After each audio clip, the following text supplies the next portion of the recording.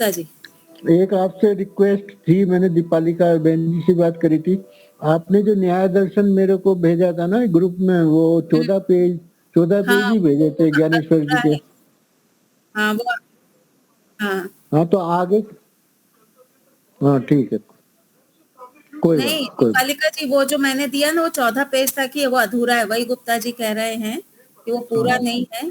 तो मैं कोशिश करती हूँ, और अपने यहाँ पे शायद अंजू जी आती, उनके पास पुस्तक है ज्ञानेश्वर जी वाली, या जिसके पास भी हो ना, तो उसका पीडीएफ बनाकर, ठीक है, हाँ कोई बात। महेंद्र भाई, अगर इसका पीडीएफ बना करके शेयर कर सकते हैं तो कर दीजिएगा। मेरे अरे पास ये तो लगभग बहुत, पुस्तक है नहीं। पीडीएफ बनाने में तो बहुत समय जाता है। नहीं नहीं, स्कैनर से स्कैन हो जाता है, मोबाइल में स्कैनर होता है ना, उससे फटाफट स्कैन हो जाता है। अच्छा, किसी से पूछिएगा, वो आपको बता देंगे। 5-10 मिनट का काम है, ज्यादा नहीं है। तो उसमें से प्रथम अध्याय है। हाँ तो हमारा भी प्रथम ही चलेगा। अच्छा, न्याय दर्शन का जैसा आप बोलते हैं और मैं लिखता हूँ तो मेरा भी मांगते आप लिख कर भेजिए। मैं वो कहाँ पहुँचूं, जहाँ हाँ। जाता हूँ, जिसका खाता हूँ, जिसका वहाँ निवास करता हूँ, उनको पहले प्रधानता देता हूँ। और आपका और लिखा हुआ घूम फिर के मेरे पास लोग भेजते हैं। अच्छा अच्छा, हाँ, आपका इधर उधर सब जगह जाता है ना, फिर वो मेरे पास आता है कि देखो जया बहन, हमारे पास आपका आर्टिकल आया। अच्छा आपके स्कूल में से? नहीं नहीं, बाहर के ही लोग, अच्छा जो अच्छा, क्लास से चलो जुड़े हुए बढ़िया। नहीं हैं, ऐसे। चलिए चलो मंत्र बढ़िया। पाठ करेंगे। ओम विश्वानि देव सवितर्दुरितानि परासुव, यत् भद्रं तन्न आसुव। तो 12 प्रमेयों की चर्चा स्वामी जी ने की थी। 16 पदार्थों के नाम कौन सुनाएगा? गुप्ता जी कुछ याद किए? तो नहीं जी याद कर पाया। शशांक जी। बोलो। हाँ जी। प्रमाण, प्रमेय, संशय, प्रयोजन, दृष्टांत, सिद्धांत, अवयव, तर्क, बाद में निर्णय, निर्णय, विचार को प्रमाण, प्रमेय, संशय, प्रयोजन, दृष्टांत, सिद्धांत, अवयव, तर्क, निर्णय, वाद, वाद, जल्प, वितंडांग, हेत्वाभास, छल, जाति। छल, जाति और निग्रह स्थान। हाँ, ये 16 पदार्थ न्याय दर्शन में बताए, और कहा कि इन 16 पदार्थों के तत्व ज्ञान से मोक्ष की प्राप्ति होती है। तत्व ज्ञान का अर्थ है व्यवहारिक ज्ञान होना। जो ज्ञान हमने अपने व्यवहार में उतार लिया है उसको कहते हैं तत्व ज्ञान। तो इनमें प्रमाण कितने थे? 4 प्रकार के प्रमाण थे, उनकी चर्चा हो गई। प्रमेय कितने हैं? 12। उनकी चर्चा स्वामी जी ने कर दी है। अब अगला जो पदार्थ है वो है संशय। अगला पदार्थ क्या है? संशय। तो आज हम कक्षा में संशय के विषय में जानेंगे। न्याय दर्शन में जो शैली है पढ़ाने की, बताने की, समझाने की, उसमें 3 बातें आई हैं। वो क्या है, किसी को याद है? सबसे पहले सूत्र में, जी विमल माता जी, माता जी अनम्यूट करिए।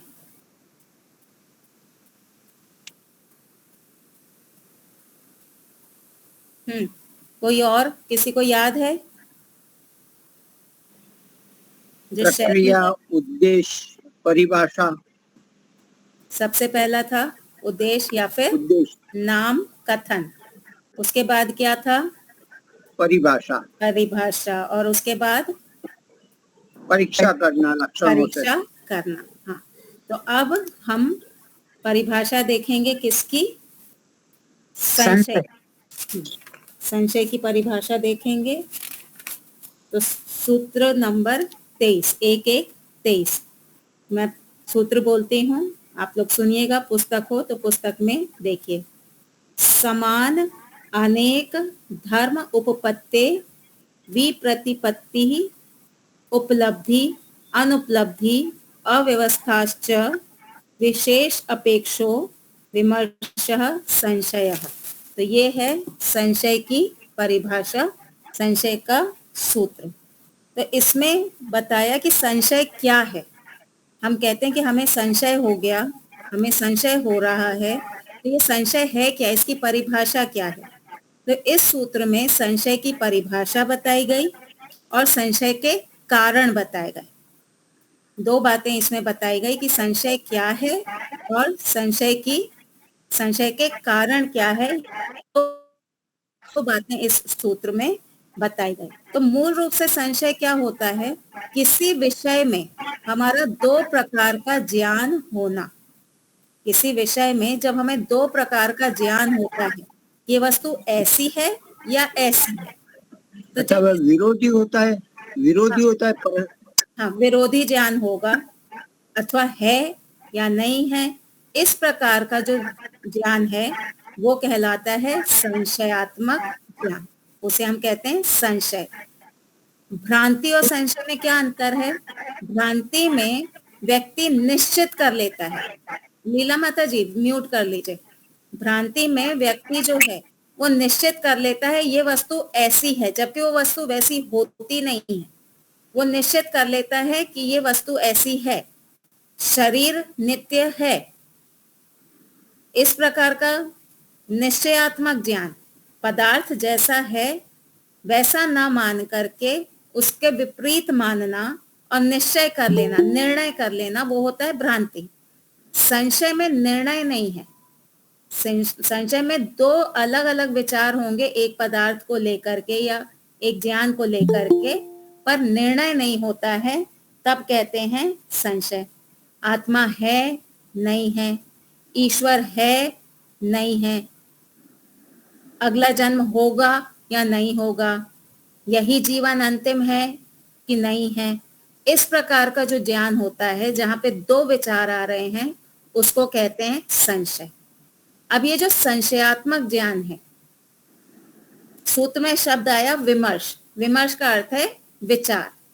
विमर्श का अर्थ क्या है यहाँ पे? विचार। और विशेषापेक्षो, विशेष की अपेक्षा रखने वाला। संशयात्मक ज्ञान जो होता है ना, वो विशेष ज्ञान की अपेक्षा रखता है, विशेष धर्म की अपेक्षा रखता है।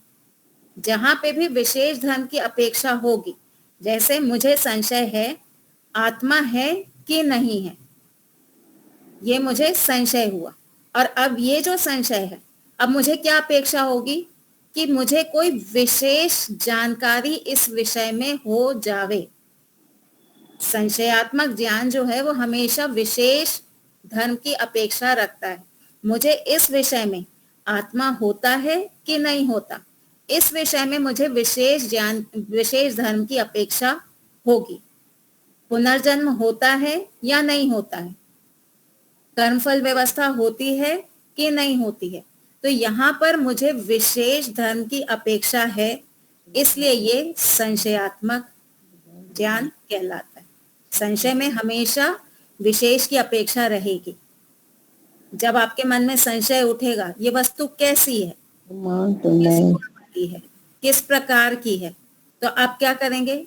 आप उसको जानने की इच्छा करेंगे कि मैं जानूं ये किस गुण वाली है। अगर आपके मन में संशय नहीं है तो जानने की इच्छा भी नहीं होगी, विशेष की इच्छा भी नहीं होगी। आजकल के जो कॉलेज गोइंग बच्चे हैं उनको कोई संशय नहीं है ईश्वर के बारे में। क्यों? क्योंकि उनको जानने की इच्छा भी नहीं है। संशय कब होगा? जब जानने की इच्छा होगी कि वस्तु कैसी है। तो जब विचार, एक ही पदार्थ में दो प्रकार के विचार चलेंगे और विशेष ज्ञान की अपेक्षा होगी, तब हम उसको कहेंगे संशय। तो संशय की ये परिभाषा हो गई, एक पदार्थ में दो प्रकार का विचार हो और विशेष धर्म की अपेक्षा हो, तो उसको कहते हैं संशय। अब ये संशय के 5 कारण न्याय दर्शन में बताए गए। कितने कारण बताए गए हैं? 5 कारण। कि संशय किन किन कारणों से होता है। अभी तक तो हमको बस ये लगता था कि संशय है, मुझे संशय है कि आत्मा होता है या नहीं होता, ईश्वर है कि नहीं है, कर्मफल व्यवस्था है कि नहीं है। तो हम संशय को एक ही मान करके बैठे थे, लेकिन इस संशय की उत्पत्ति के पीछे 5 कारण हैं। उनमें सबसे पहला सूत्र में बताया गया समान धर्म। पहला कारण क्या है? समान धर्म के कारण उत्पन्न होने वाला संशय। अब समान धर्म क्या है? जब एक वस्तु हमारे सामने है, हमारे सामने एक वस्तु है, उसमें हमको 2 वस्तुओं का संशय हो रहा है। वस्तु एक है पर उसमें हमें 2 वस्तुओं का ज्ञान हो रहा है। दोनों वस्तुओं के जो समान धर्म है उनके आधार पर हमको जो संशय हो रहा है वो है समान धर्म के आधार पे होने वाला संशय। एक उदाहरण से समझेंगे। हल्का सा अंधेरा है, अभी बहुत रात नहीं हुई है, सूरज बस ढलने वाला ही है। उस समय जो हल्का सा अंधेरा है, एक व्यक्ति जंगल की ओर जा रहा है। उसने वहां पर एक वृक्ष देखा, एक ठूंठ देखा। अभी उसको क्लैरिटी नहीं है कि ये ठूंठ है या क्या है। लगभग 5.5-6 फीट का एक ठूंठ जैसा उसको दिखाई दिया। अब उसको संशय हुआ कि ये जो सामने दिख रही है आकृति, ये ठूंठ है या कोई व्यक्ति है। ये जो सामने आकृति दिख रही है 5.5-6 फीट की, ये ठूंठ है या कोई व्यक्ति है।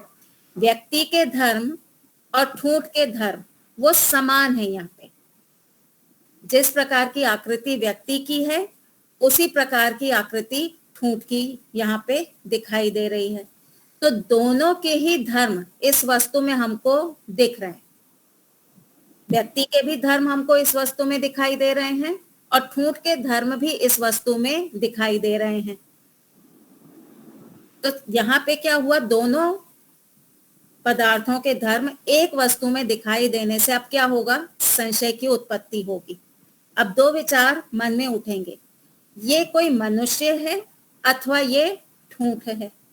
तो इस प्रकार के समान धर्म के आधार पर जब कोई संशय उत्पन्न होता है तो उसको कहते हैं समान धर्म के कारण उत्पन्न होने वाला संशय। अब यहाँ क्या अपेक्षा होगी? अब दोनों के जो विशेष धर्म है, व्यक्ति के विशेष धर्म और ठूंठ के विशेष धर्म। व्यक्ति के विशेष धर्म क्या है? उसके हाथ पैर अलग तरह से हिलते हैं, अलग तरह से हिलाता है व्यक्ति। जब चलता है तो लेफ्ट राइट हाथ आगे पीछे होते हैं, पैर आगे पीछे होते हैं। जो ठूंठ है, पेड़ है, उसकी टहनियां इस तरह से हिलती हैं। तो ये विशेष हो गया। व्यक्ति में जो हलन चलन है और ठूंठ में जो हलन चलन है, दोनों में अंतर होता है, दोनों में विशेष होता है। तो जब हमको विशेष की अपेक्षा होगी, जब हमको विशेष धर्म का ज्ञान हो जाएगा, तो वहां पे हमारा संशय समाप्त हो जाएगा। तो सूत्र में जो कहा कि 2 विचार उठने पर और विशेष की अपेक्षा रखने पर जो बात होती है वो होती है संशय। तो ठूंठ में जब हमको विशेष धर्म की प्राप्ति हो जाएगी उस पदार्थ में, तो फिर क्या होगा? हमारे संशय का निवारण हो जाएगा। एक दूसरा उदाहरण लेते हैं। एक कमरा है जहां पे बहुत कम रोशनी है। एक कमरे में बहुत कम रोशनी है। हमने दरवाजा खोल करके हम उस कमरे में आए। हमको वहां पे कुछ ऐसे गोल गोल पड़ा हुआ दिखाई दिया। अब हमने पहले सांप भी देख रखा है और पहले रस्सी भी देख रखी है। सांप और रस्सी दोनों के कुछ धर्म समान हैं, दोनों ऐसे गोल गोल पड़े हुए हैं। तो दोनों के जो समान धर्म हैं, जो पीछे हमारी स्मृति में बैठे हुए हैं, उनके आधार पे अब क्या होगा? अब हमको संशय होगा कि ये जो गोल गोल पड़ा हुआ है ये सांप है या रस्सी है। तो यहाँ पे दोनों के समान धर्मों के आधार पे हमको संशय हुआ। विमल माता जी म्यूट कर दीजिए। अब क्या होगा? विशेष की अपेक्षा होगी। विशेष क्या होगा? आप जब सांप को हिलाएंगे, एक डंडा लीजिए हाथ में, और सांप को हिलाइए। अगर वो सांप होगा तो क्या होगा, उसमें गति उत्पन्न होगी। डंडे से जब आप उसको हिलाएंगे, जिसको आप देख रहे हैं उस पदार्थ को जब आप हिलाएंगे, अगर वो सांप है तो वो हिलना शुरू होगा, और अगर वो रस्सी है तो वो वैसे की वैसे ही रहेगी। तो ये विशेष धर्म हो गया सांप का कि उसमें गति होगी। चेतन पदार्थ में गति होती है, जड़ पदार्थ में स्वयं गति नहीं होती। तो जब हमने डंडे से हिलाया तो हमको पता चला, अगर वो हिल रहा है, चल रहा है, इसका मतलब वो सांप है। अगर वो नहीं हिल रहा है, वैसा का वैसा ही पड़ा हुआ है, इसका अर्थ है कि वो रस्सी है। तो समान धर्म के आधार पे संशय उत्पन्न हुआ। वहां जब विशेष धर्म की उपलब्धि हो गई तो संशय का निवारण हो गया। स्पष्ट हो गया इतना? इसमें कोई शंका है किसी को? विमल माता जी म्यूट कर लीजिए प्लीज।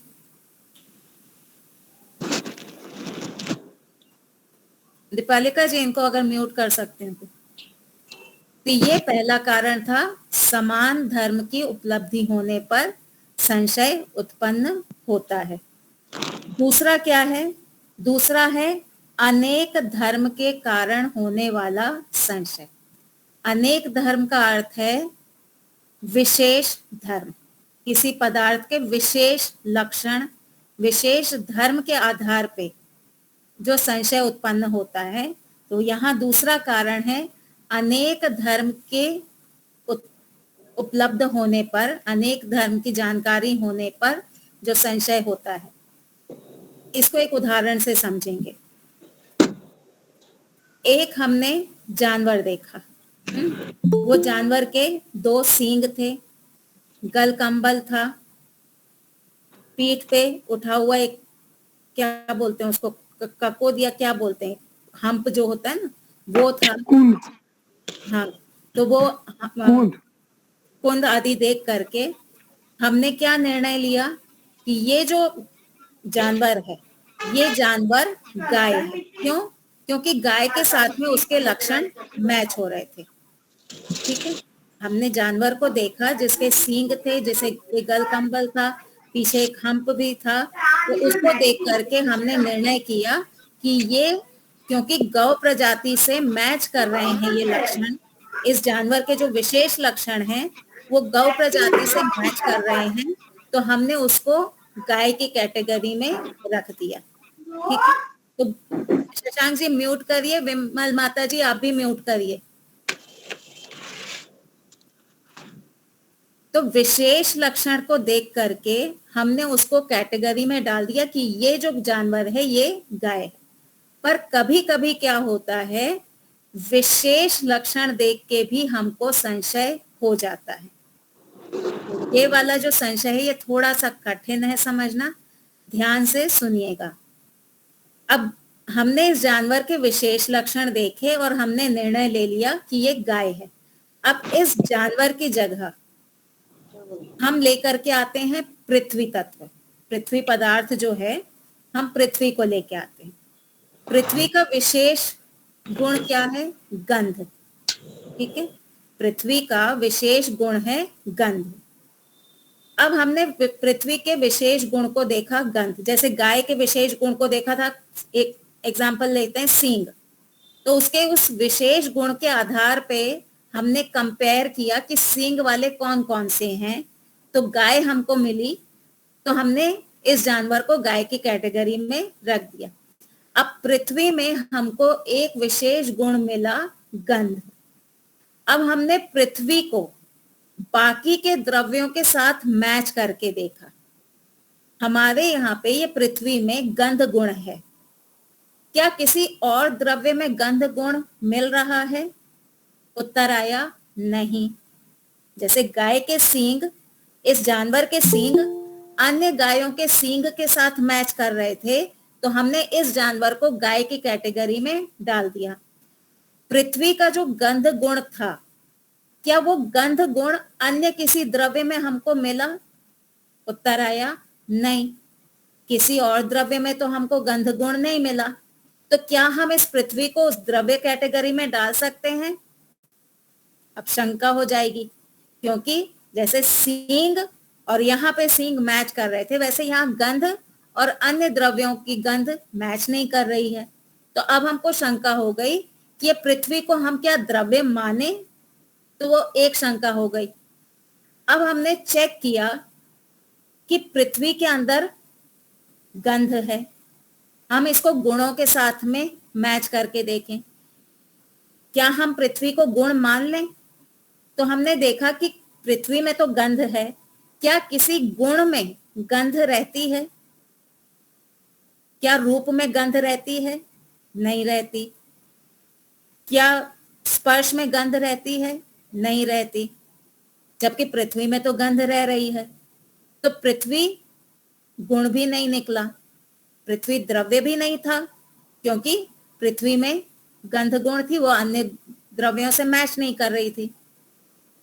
पृथ्वी में गंध था, इन किसी भी गुणों में गंध नहीं है, तो पृथ्वी के साथ ये भी मैच नहीं कर रहे हैं। क्या पृथ्वी को कर्म माने? तो पृथ्वी में गंध थी, क्या किसी कर्म में गंध होती है? क्या किसी गति में गंध होती है? नहीं होती। तो ये पृथ्वी कर्म से भी मैच नहीं कर रही। तो अब हमको एक शंका हो गई कि ये जो पृथ्वी है, ये द्रव्य है, गुण है या कर्म है? आया समझ में या वापस से समझाऊं? लीला माता जी,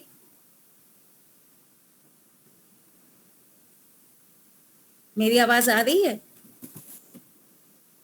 हाँ जी, आ रही है। आ रही है। वापस से समझाऊं कि समझ में आ गया? फिर से बता दीजिए बेटा। जी, देखिए, हम वापस से एक गाय वाला वो उदाहरण लेते हैं। गाय को हमने उस जानवर को गाय कैटेगरी में क्यों डाला था? उस जानवर के कुछ विशेष गुण हमने देखे, कुछ विशेष धर्म हमने देखे। वो विशेष धर्म के आधार पे हमने निर्णय लिया कि ये जो जानवर है ये गाय है।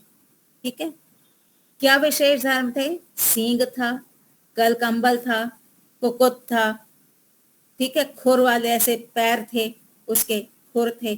तो इसके आधार पे हमने उसको गाय कैटेगरी में डाल दिया।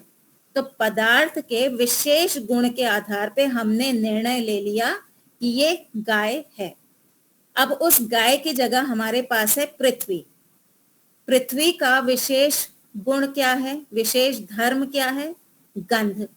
पृथ्वी के अंदर गंध रहती है। अब इसका ये जो विशेष धर्म है गंध, उसको हम अन्य द्रव्यों से कंपेयर करके देखें। जैसे गाय के, इस जानवर के सींग हमने गाय के सींग के साथ में कंपेयर किए थे, वैसे ही पृथ्वी का जो गंध गुण है उसको हम अन्य द्रव्यों के साथ में कंपेयर करके देखें। पृथ्वी का धर्म है गंध, क्या किसी और द्रव्य का धर्म है गंध? शशांक जी, किसी और द्रव्य में गंध रहती है? नहीं रहती, है ना। किसी और द्रव्य में गंध हमको नहीं मिली, तो हमने क्या किया? द्रव्य को, पृथ्वी को द्रव्य से बाहर कर दिया। हमने पृथ्वी को द्रव्य से बाहर कर दिया, क्योंकि पृथ्वी का जो ये विशेष धर्म था वो अन्य द्रव्यों से मैच नहीं कर रहा था। जैसे इस जानवर के सींग अन्य गायों के सींग से मैच कर रहे थे, इसलिए हमने उसको गाय कैटेगरी में डाल दिया था। लेकिन पृथ्वी का जो गंध गुण था वो अन्य द्रव्यों के साथ में मैच नहीं कर रहा था, इसलिए हमने पृथ्वी को द्रव्य से बाहर कर दिया। ठीक है, अब हमने गुण उठाए, 24 प्रकार के गुण बताए गए हैं, रूप, रस, स्पर्श आदि आदि। अब रूप में क्या गंध रहती है? नहीं रहती। क्या रस में गंध रहती है? नहीं रहती। स्पर्श में भी गंध नहीं है ना। संयोग, विभाग आदि में भी गंध नहीं है। तो पृथ्वी में गंध रह रही है, लेकिन गुणों में गंध नहीं रह रही। तो क्या हम पृथ्वी को गुण मान सकते हैं? नहीं मान सकते। तो पृथ्वी गुणों से भी बाहर हो गई। ठीक है, यहां तक स्पष्ट हो गया। अब कर्म देखिए, 5 प्रकार के कर्म बताए गए, ऊपर उठना, नीचे गिरना, फैलना, सिकुड़ना और अन्य जितनी भी गतियां हैं। अब जब कोई वस्तु ऊपर उठ रही है या नीचे गिर रही है, तो क्या उसका गंध के साथ में कोई संबंध है? नहीं, नहीं है ना। तो कर्म में भी हमको गंध नहीं मिल रही, जबकि पृथ्वी में हमको गंध मिल रही थी। तो क्या हम पृथ्वी को कर्म मान सकते हैं? उत्तर आया नहीं मान सकते। तो अब हमको संशय हो जाएगा कि इस विशेष गुण, विशेष धर्म के आधार पे, गंध के आधार पे हम पृथ्वी को क्या माने? द्रव्य माने, गुण माने या कर्म माने? तो ये अनेक धर्म अर्थात विशेष धर्म के कारण होने वाला संशय है। पृथ्वी के विशेष धर्म, गंध के कारण हमको संशय हो रहा है कि हम इसको क्या माने। तो वहां पे फिर हमको थोड़ा वैशेषिक का देखना पड़ेगा कि ये जो गंध है ये क्या है? ये गुण है। गुण के में रहता है, या गुण में गुण रहता है या गुण द्रव्य में रहता है? तो उत्तर मिलेगा गुण जो है वो द्रव्य में रहता है। इसलिए पृथ्वी को क्या माना जाएगा? पृथ्वी को माना जाएगा द्रव्य। ठीक है। तो अनेक धर्म की उपलब्धि होने पे, यानी विशेष धर्म की उपलब्धि होने पर भी अगर हमको संशय हो रहा है, तो और अधिक विशेष धर्मों की अपेक्षा हमको रहेगी। द्रव्यों की और विशेष क्या क्या धर्म हैं, उनमें और क्या क्या क्वालिटीज हैं द्रव्यों में, वो हमको देखने पड़ेंगे। जब और विशेष धर्मों की अपेक्षा होगी और विशेष धर्म हमको प्राप्त हो जाएंगे, तो हमारा संशय क्या होगा? खत्म हो जाएगा। स्पष्ट हो गया? एक और उदाहरण लेते हैं। आपने चामाचिड़ी देखी है? चमगादड़ जिसको बोलते हैं, गुजराती में चामाचिड़ी कहते हैं, हिंदी में देखा है, चमगादड़ कहते हैं। देखा है, देखा है। अब किसी ने ये चमगादड़ देखा। चमगादड़ में 2 विशेषता होती हैं। एक, वो उड़ सकता है, ठीक है, और दूसरा, वो अपने बच्चे को दूध पिलाता है, ठीक है। एक विशेषता क्या है कि वो उड़ सकता है, और दूसरी विशेषता क्या है? वो अपने बच्चे को दूध पिलाता है। अब संशय क्या होगा? क्या ये जो चमगादड़ है ये पक्षी है क्योंकि वो उड़ सकता है, अथवा ये जानवर है क्योंकि वो अपने बच्चे को दूध पिलाता है? विशेष धर्म के कारण यहाँ पे संशय हो गया कि ये जो चमगादड़ है ये पक्षी है क्योंकि उड़ सकता है, अथवा ये जानवर है क्योंकि ये अपने बच्चे को दूध पिलाता है। तो विशेष धर्म के कारण यहाँ पर एक संशय उत्पन्न हो गया। अब क्या करेंगे? अब और विशेष धर्म हम लेकर के आएंगे और हम स्टडी करेंगे। चमगादड़ जो होता है उसके बाल होते हैं, जैसे जानवरों के शरीर पे बाल होते हैं वैसे ही चमगादड़ के भी बाल होते हैं। दूसरा, चमगादड़ जो है वो पक्षियों की तरह अंडे नहीं देता। चमगादड़ जो है वो पक्षियों की तरह अंडे नहीं देता, वो सीधे बच्चों को ही जन्म देता है। तो ये और विशेष गुण हमने उस जानवर के देखे, तो हमने निर्णय कर लिया कि ये जो चमगादड़ है ये पक्षी नहीं है, ये जानवर है, ये उड़ सकने वाला जानवर है। स्पष्ट हो गया? समझ में आई बात? या कोई? हाँ जी, हाँ, आ गए। हम जब स्कूल में पढ़ाते हैं ना साइंस में, तो वहां पे एक वर्ड आता है एम्फीबियन। एम्फीबियन हिंदी में क्या बोलते हैं मुझे नहीं पता, लेकिन एम्फीबियन का मतलब होता है वो जानवर जो पानी में भी रहते हैं और जमीन पे भी रहते हैं। वो जानवर जो पानी में भी रहते हैं और जमीन पे भी रहते हैं उनको एम्फीबियन कहते हैं, ठीक है। तो जब हम बच्चों से बोलते हैं कि एम्फीबियन के उदाहरण दो, तो कुछ बच्चे क्या करते हैं, मगरमच्छ लिख देते हैं, क्रोकोडाइल। अब यहाँ पे उनको एक हम मना करते हैं कि नहीं ये गलत है, तुम्हारा जो उत्तर है ये गलत है। तो उनको शंका होती है। क्या शंका होती है? कि क्रोकोडाइल जो है, मगरमच्छ जो है, वो भी तो पानी में भी रह रहा है और जमीन पे भी रह रहा है। ये उसका विशेष लक्षण है ना। मगरमच्छ का विशेष लक्षण है पानी में भी रहना और जमीन पे भी रहना। तो फिर हमने उसका एम्फीबियन क्यों नहीं माना? तो वहां पे हम उत्तर देंगे कि एम्फीबियन के और विशेष लक्षण होते हैं। क्या? जैसे मेढक होता है, देड़का जो होता है, मेढक जो है उसकी लाइफ में 4 स्टेजेस आते हैं। उसका जो जीवन चक्र है उसमें 4 स्टेजेस आते हैं। सबसे पहले अंडा होगा, फिर उसके अंदर से एक छोटा सा टेडपोल निकलता है, उसके बाद में छोटा फ्रॉग, फिर बड़ा फ्रॉग। तो ये 4 स्टेज होती हैं। इन 4 स्टेज में से 2 जो हैं वो कंपलसरी पानी में होंगी। मेढक जो होगा ना वो अंडे पानी में ही देगा और उसके जो बच्चे निकलेंगे अंडे में से वो भी पानी में ही रहेंगे।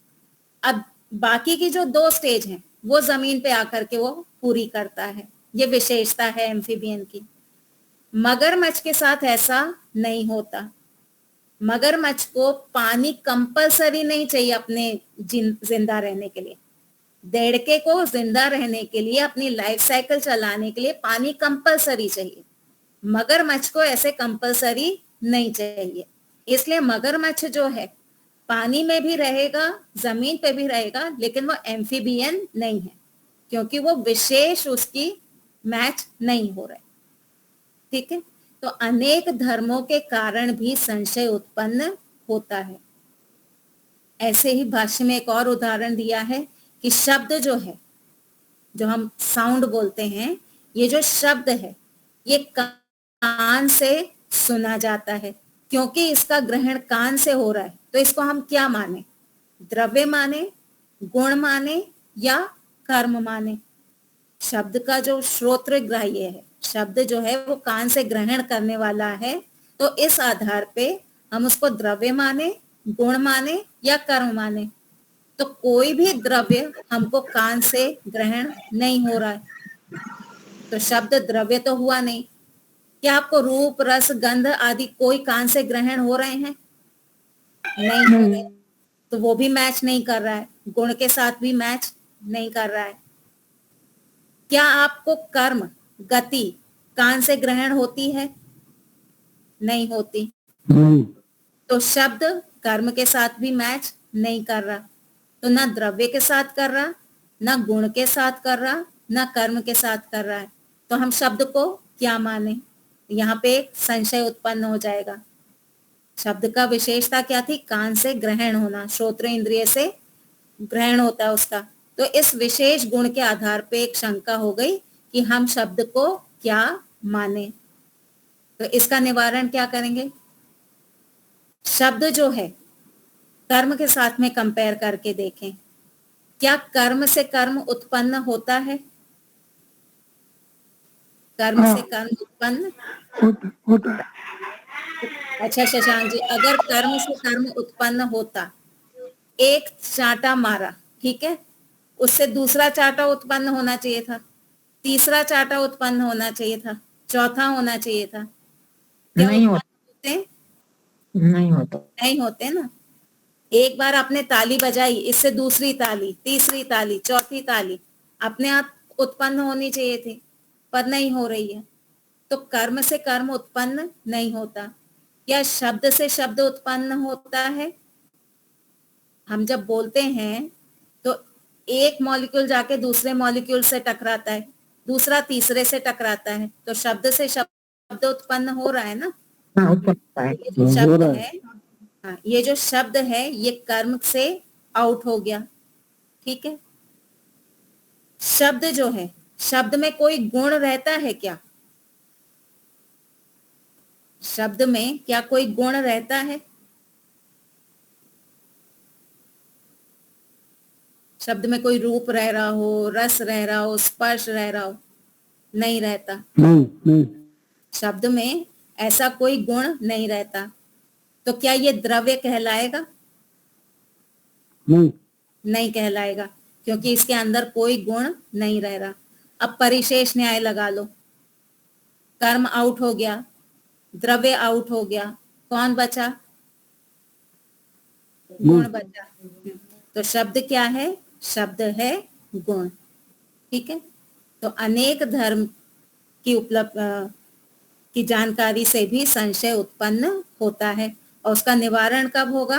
जब और विशेष धर्म की हमको अपेक्षा होगी, जब और विशेष धर्म हमको उपलब्ध हो जाएंगे तो संशय का निवारण हो जाएगा। तो ये दो कारण स्पष्ट हो गए, समान धर्म और अनेक धर्म। ये दो कारण हैं संशय के उत्पन्न होने को। यहां तक कोई शंका है? चलिए तो आगे चलते हैं। फिर तीसरा कारण बताया विप्रतिपत्ति। तीसरा कारण क्या है? विप्रतिपत्ति। प्रतिपत्ति का अर्थ है ज्ञान। प्रतिपत्ति का अर्थ क्या है? ज्ञान। और वी का अर्थ है दो विरोधी ज्ञान। वी का अर्थ है विरोधी।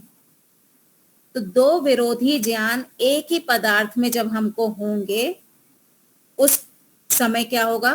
विप्रतिपत्ति के कारण होने वाला संशय। एक ही पदार्थ में दो विरोधी ज्ञान होना। आत्मा होती है या नहीं होती? आत्मा एक ही है, लेकिन इसमें दो अलग अलग प्रकार के ज्ञान हो गए। क्या आत्मा है या नहीं है? ईश्वर एक पदार्थ, क्या ईश्वर है अथवा नहीं है? कर्मफल व्यवस्था, क्या कर्मफल व्यवस्था होती है या ऐसे ही जन्म मिल जाता है? क्या पुनर्जन्म होता है या नहीं होता है? यही जीवन अंतिम है। तो एक ही पदार्थ में जब दो विरोधी ज्ञान होंगे तब क्या होगा? संशय की उत्पत्ति होगी। जब एक पदार्थ में दो विरोधी ज्ञान होंगे तब संशय की उत्पत्ति होती है। अब इसका निवारण कैसे होगा? हमने एक जगह सुना कि आत्मा नहीं होता, जो भी है शरीर ही है। दूसरी जगह सुना कि आत्मा होता है, शरीर से भिन्न होता है। अब दोनों जगह पे हम क्या कहेंगे? हमको हेतु दो, हमको प्रमाण दो। आप कह रहे हैं आत्मा नहीं होता, इसका हेतु दीजिए, इसका प्रमाण दीजिए। आप कह रहे हैं आत्मा होती है, इसका हेतु दीजिए, प्रमाण दीजिए। तो जब हमको हेतु और प्रमाण मिलेगा तब उसके आधार पे हम क्या करेंगे? हम निर्णय लेंगे कि किसकी बात सही है, आत्मा है या नहीं है। तो सत्ता को लेकर के, क्या इस वस्तु की सत्ता है या नहीं है, तो सत्ता को लेकर के संशय उत्पन्न होता है। ईश्वर साकार है या निराकार है? ईश्वर एक ही पदार्थ है, पर उसमें हमको संशय हो रहा है कि ईश्वर साकार है अथवा निराकार है। तो एक पदार्थ में हमको दो प्रकार का ज्ञान हो गया। अब हम क्या करेंगे? अब हम उसमें हेतु प्रमाण आदि ढूंढेंगे, और जो सही हेतु होगा, जो सही प्रमाण होगा, उसके अनुसार हम अपना निर्णयात्मक ज्ञान करेंगे कि हाँ ईश्वर है। और ईश्वर कैसे हैं? निराकार हैं, क्योंकि साकार वाली बातें हमको जच नहीं रही। ठीक है, तो ये है विप्रतिपत्ति। एक पदार्थ में दो प्रकार का ज्ञान होना, यह है विप्रतिपत्ति के कारण होने वाला संशय। तो कोई बताएगा? अभी तक हमने संशय के तीन कौन कौन से कारण देख लिए? समान धर्म, समान धर्म, अनेक धर्म और विप्रतिपत्ति। विप्रतिपत्ति, ये तीन कारणों से होने वाला संशय। अब चौथा कारण, उपलब्धि की अव्यवस्था। चौथा कारण क्या है? उपलब्धि की अव्यवस्था। उपलब्धि का अर्थ है यहाँ पर ज्ञान। उपलब्धि का अर्थ क्या करेंगे? ज्ञान। ज्ञान की अव्यवस्था के कारण होने वाला संशय। हमने तालाब में पानी देखा, ठीक है, हमने तालाब में पानी देखा। पानी एक पदार्थ जिसका ज्ञान हमको है, ठीक है। जब हमने पानी देखा तो उसका ज्ञान हमारी बुद्धि में बैठ गया। तो यहाँ पे उपलब्धि अर्थात पदार्थ के होते हुए हमको ज्ञान हो गया। हमने मृग मरीचिका देखी, रेगिस्तान में वो पानी वाला जो एक आभास होता है ना, मृग मरीचिका, वो भी हमने देखी, ठीक है। जब हमने पास जाकर के देखा तो वो पानी नहीं था। एक जगह हमने तालाब देखा तो वहां पे पानी था, वस्तु था और वस्तु का हमको ज्ञान हो गया। हमने मृग मरीचिका देखी, यानी एक पानी का आभास था, उसको देखा और उसका भी ज्ञान हमको हो गया। तो दोनों समय हमको ज्ञान की उपलब्धि हो गई। ठीक है। अब तीसरी बार जब हमने पानी जैसा कुछ देखा, हमने तीसरी बार जब पानी जैसा कुछ देखा, तो अब पदार्थ होते हुए हमको क्या संशय होगा, ये तालाब वाला पानी है या मृग मरीचिका वाला केवल आभास है। पिछले जो दो ज्ञान हुए थे, ज्ञान हमको जो उपलब्ध हुए थे, पदार्थों के होते हुए जो उपलब्ध हुआ था ज्ञान, उस ज्ञान के आधार पे अब हमको संशय होगा कि ये जो मृग मरीचिका है, ये जो पानी हमको दिख रहा है, ये सही वाला पानी है अथवा मृग मरीचिका है। तो ये है उपलब्धि की अव्यवस्था, यानी पीछे जो ज्ञान हुए हैं उनके कारण अब हमको संशय हो रहा है कि ये जो सामने दिख रहा है ये सही का पानी है या केवल पानी वाला आभास है। इसको कहते हैं उपलब्धि की अव्यवस्था। समझ में आया? यहाँ पे वस्तु हमको दिख रही है, यहाँ तालाब का पानी भी हमको दिख रहा है, मृग मरीचिका वाला पानी भी हमको दिखाई दे रहा है, इसलिए कह रहे हैं उपलब्धि। यहाँ पदार्थ हमको प्राप्त हो रहे हैं। ठीक है। इससे उल्टा है अनुपलब्धि की अव्यवस्था। इससे उल्टा क्या है? अनुपलब्धि की अव्यवस्था। अनुपलब्धि की अव्यवस्था क्या है? जैसे कि आपने एक पेड़ देखा, पेड़ की जड़ क्या आपको दिखाई देती है? नहीं दिखाई देती। हाँ, तो वहां पर जो जड़, वो वस्तु आपको दिखाई नहीं दे रही है, तो वो अनुपलब्धि है। जो जड़ है वो अनुपलब्धि है, अर्थात वहां पे आपको पदार्थ नहीं दिख रहा है। ठीक है। एक कील ली हमने और उसको दीवार के अंदर गाड़ दी, और वो कील हमको बाहर नहीं दिखाई दे रही, कील अंदर है पर वो हमको दिख नहीं रही है, तो ये हो गई अनुपलब्धि, यानी वस्तु हमको प्राप्त नहीं हो रही। ठीक है। तो वस्तु न प्राप्त होना, इसको कहते हैं अनुपलब्धि। पिछले उदाहरण में, उपलब्धि वाले में वस्तु हमको दिख रही थी, तालाब का पानी भी हमने देखा था, मृग मरीचिका का पानी भी हमने देखा था, इसलिए वो उपलब्धि थी। अनुपलब्धि में क्या है? हमको पदार्थ नहीं दिखाई दे रहा है तो नहीं दिखाई दे रहा है, नहीं है तो भी नहीं दिखाई दे रहा है, यानी पदार्थ की उपलब्धि नहीं है। तो अनुपलब्ध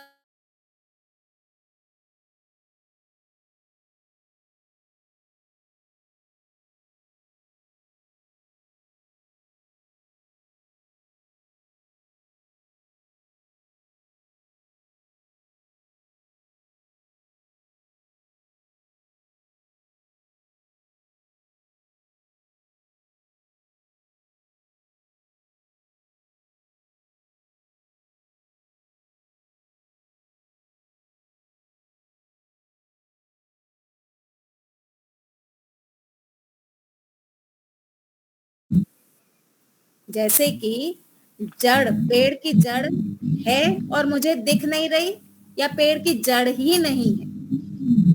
समझ में आ रही बात? दीवार के अंदर कील गढ़ी हुई है, अंदर कील है, इस अंदर घुस गई है इसलिए मुझे नहीं मिल रही है, या कील है ही नहीं।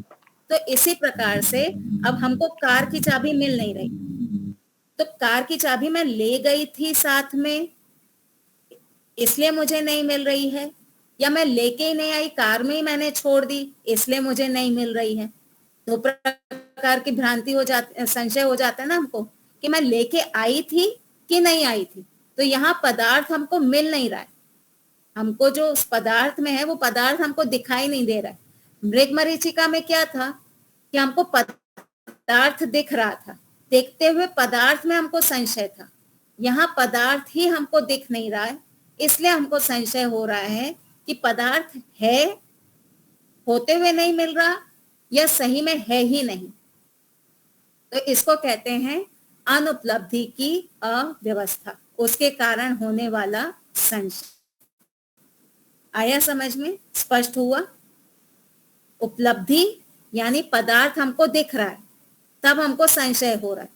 अनुपलब्धि में हमको पदार्थ दिख नहीं रहा है, तो हमको संशय हो रहा है कि पदार्थ होते हुए नहीं मिल रहा या है ही नहीं, इसलिए नहीं मिल रहा।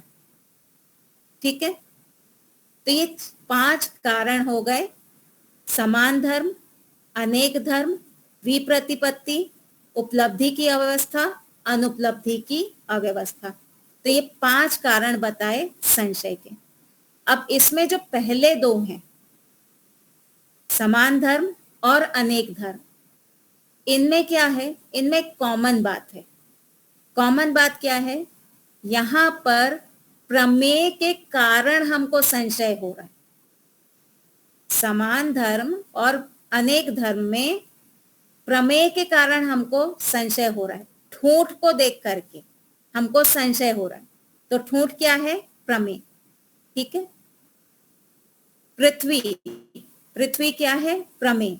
तो प्रमेय में हमको संशय हो रहा है कि ये वस्तु क्या है, कैसी है। तो समान धर्म और अनेक धर्म में प्रमेय मुख्य होता है, प्रमेय में हमको संशय होता है। उपलब्धि और अनुपलब्धि की अव्यवस्था, यहाँ पर ज्ञान के कारण हमको संशय हो रहा है। यहाँ संशय का कारण क्या है? ज्ञान। वहां पर संशय का कारण था प्रमेय, और यहाँ पे संशय का कारण है ज्ञान, प्रमिति। पिछला जो हमको ज्ञान था उसके आधार पे हमको संशय हो रहा है, तो इसलिए ये अलग अलग कैटेगरी बनाई गई। किसी ने पूछा, विद्यार्थी ने पूछा कि आपने ये अलग अलग कैटेगरी क्यों बनाई संशय की, 1 2 3 में ही क्यों नहीं खत्म कर दिया? उत्तर दिया कि समान धर्म और विशेष धर्म, वहां पर प्रमेय के कारण संशय हो रहा था। उपलब्धि और अनुपलब्धि की अव्यवस्था, यहाँ पे ज्ञान के कारण संशय हो रहा है, इसलिए हमने ये अलग अलग कैटेगरी बनाई है। अब विप्रतिपत्ति जो है, ये भी ज्ञान के कारण ही संशय होता है। ठीक है, स्पष्ट हो गया? कठिन है ना? जी गुप्ता जी। लेंगे, बाद में फिर से बैठ जाएगा। हाँ जी गुप्ता जी। ये अनुपलब्धि वाले में हम लोग ये आत्मा और परमात्मा का भी उदाहरण ले सकते हैं ना, कि ईश्वर होते हुए प्राप्त नहीं हो रहा या ईश्वर है ही नहीं? अगर इस प्रकार की भाषा बोलेंगे ना, आत्मा जैसे हम अनुपस्थित लगती है, तो उसके कारण भी संशय मतलब हो सकता है। हाँ, इसमें भाषा देखनी पड़ेगी कि ईश्वर मुझे होते हुए प्राप्त नहीं हो रहा या ईश्वर है ही नहीं इसलिए प्राप्त नहीं हो रहा। जब हम ऐसी भाषा बोलेंगे तो ये हो जाएगी अनुपलब्धि की अव्यवस्था, यानी ईश्वर तो है पर मुझे प्राप्त नहीं हो रहा है, तो मुझे डाउट हो रहा है कि ईश्वर हैं पर मुझे प्राप्त नहीं हो पा रहे हैं, अथवा ईश्वर है ही नहीं इसलिए मुझे प्राप्त नहीं हो पा रहे। और अगर इसको विप्रतिपत्ति में देखें तो उसमें भाषा बदल जाएगी। वहां पे कहेंगे ईश्वर होते हैं या नहीं होते, ईश्वर की सत्ता है या नहीं है, तो इस भाषा से हो जाएगा विप्रतिपत्ति संशय। ठीक है गुप्ता जी, ऐसे ही आत्मा का भी कर लेंगे। हाँ ठीक है, वो ज्ञान की वजह से ही मतलब ये आई। हाँ, तो इस कैटेगरी में आ रही है। हाँ, आत्मा का भी ऐसे कि मैं आत्मा हूं, आत्मा है उसके बाद भी मुझे प्राप्त नहीं हो रहे, या फिर आत्मा है ही नहीं इसलिए मुझे प्राप्त नहीं हो रहे। ठीक है, ठीक है। किसी और को कोई शंका? इसमें जो कठिन है वो है अनेक धर्म वाला। उपलब्धि और अनुपलब्धि तो हमको व्यवहार में काफी मिल जाता है। उपलब्धि यानी डाउट हो जाना कि ये वही वस्तु है या नहीं है जो मुझे चाहिए थी, और अनुपलब्धि तो कई बार होता है कि चाबी रख के भूल जाते हैं कि यहाँ रखी थी फिर नहीं रही है, या चाबी मैंने रखी ही नहीं थी इसलिए नहीं मिल रही है। इसी अलमारी में सामान रखा था इसलिए नहीं मिल रहा है, यहीं यहाँ वहां हो गया है, अथवा है ही नहीं इसलिए नहीं मिल रहा है। विशेष धर्म वाली थोड़ा जी। कठिन है।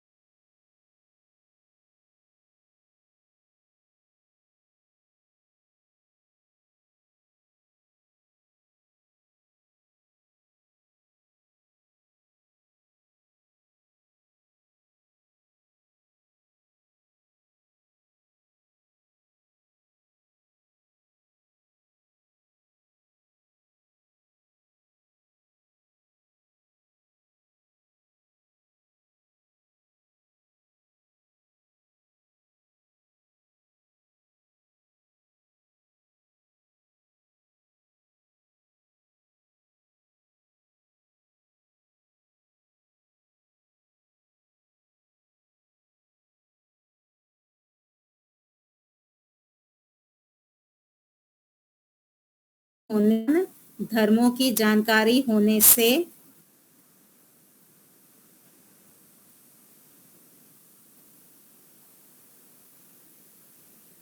विशेष धर्म की जानकारी होने से विशेष धर्म की जानकारी होने से एक विषय में दो विरोधी विचार सुनने से एक विषय में दो विरोधी विचार सुनने से उपलब्धि बराबर ज्ञान, उपलब्धि ब्रैकेट में लिख लीजिए ज्ञान, उपलब्धि ब्रैकेट में ज्ञान की अव्यवस्था होने से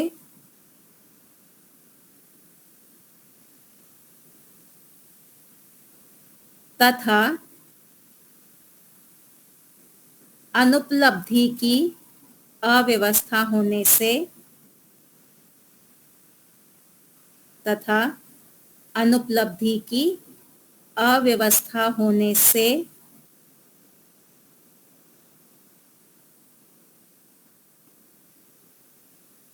विशेष ज्ञान की आवश्यकता, विशेष ज्ञान की आवश्यकता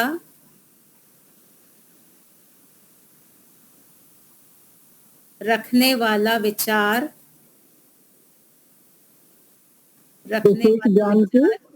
विशेष ज्ञान की आवश्यकता रखने वाला विचार, विशेष ज्ञान की आवश्यकता रखने वाला विचार संशय कहलाता है।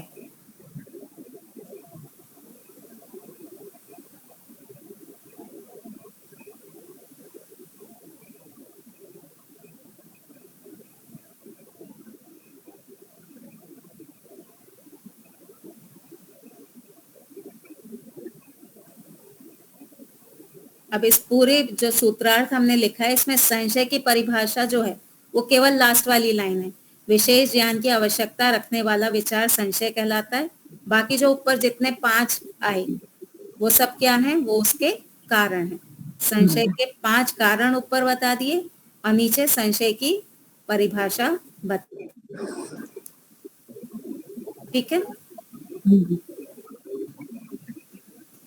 तो जी गुप्ता जी, हम लोग जब बचपन में पढ़ते थे तो हमें तो वो मेंढक और क्रोकोडाइल वो एम्फीबियन में ही सिखाते थे, सिर्फ इस आधार पे कि वो जल में और स्थल पे दोनों में रहता है।